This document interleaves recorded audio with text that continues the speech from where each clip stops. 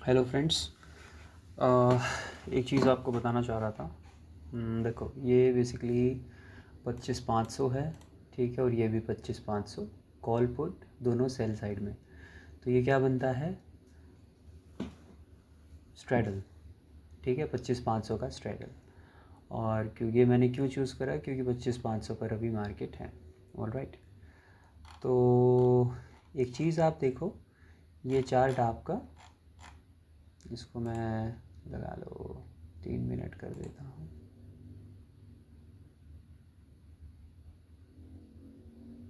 तीन मिनट नहीं करना चाहिए, हाँ ठीक है, चलो गुड।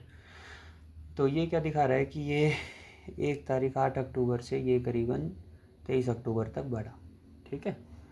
8 अक्टूबर से 23 अक्टूबर ये बढ़ा।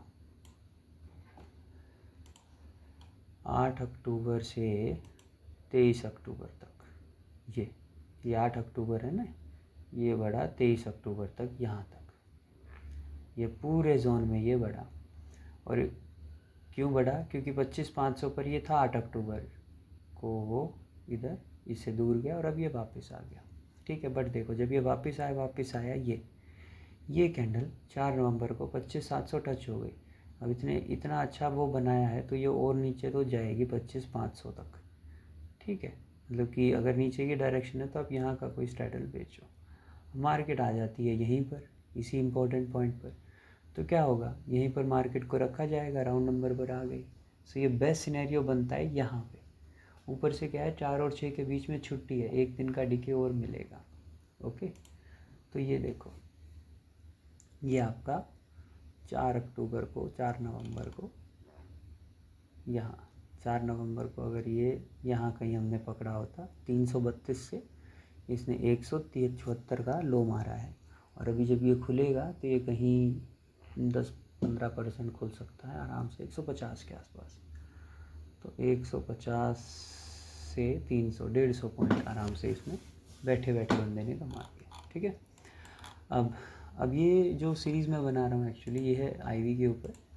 ये IV basically I am expecting कि ये शूट करेगा, ठीक है। और आईवी शूट करता है तो डेल्टा के साथ मदद करता है, बायर को मदद देता है, ठीक है। तो ये कॉल बाइंग के सिनेरियो एक्टिवेट होते हैं। अब कॉल बाइंग का एक और तरीका होता है, कब लगा लो एक्सपायरी है, ठीक है, और 2 बजे के बाद हम मूव एक्सपेक्ट कर रहे हैं, ठीक है, डीके हो चुका है, ठीक है। ये लगा लो, अब तुम इसको 1 मिनट पे ले आओ, थोड़ा टाइम लग जाएगा बट चीज़ समझा रहा हूँ, ठीक है। ये डीके हो गया। अब क्या होता है, प्राइस एकदम, ये 20 रुपये का प्राइस चल रहा है इस रीजन में, ठीक है।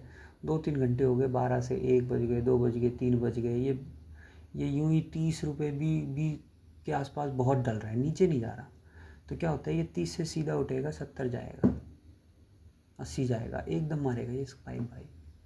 तो लोग क्या करते हैं, ये 30 है ना, तो वो 40 का बाय रखते हैं, ठीक है, 40 का बाय रखते हैं।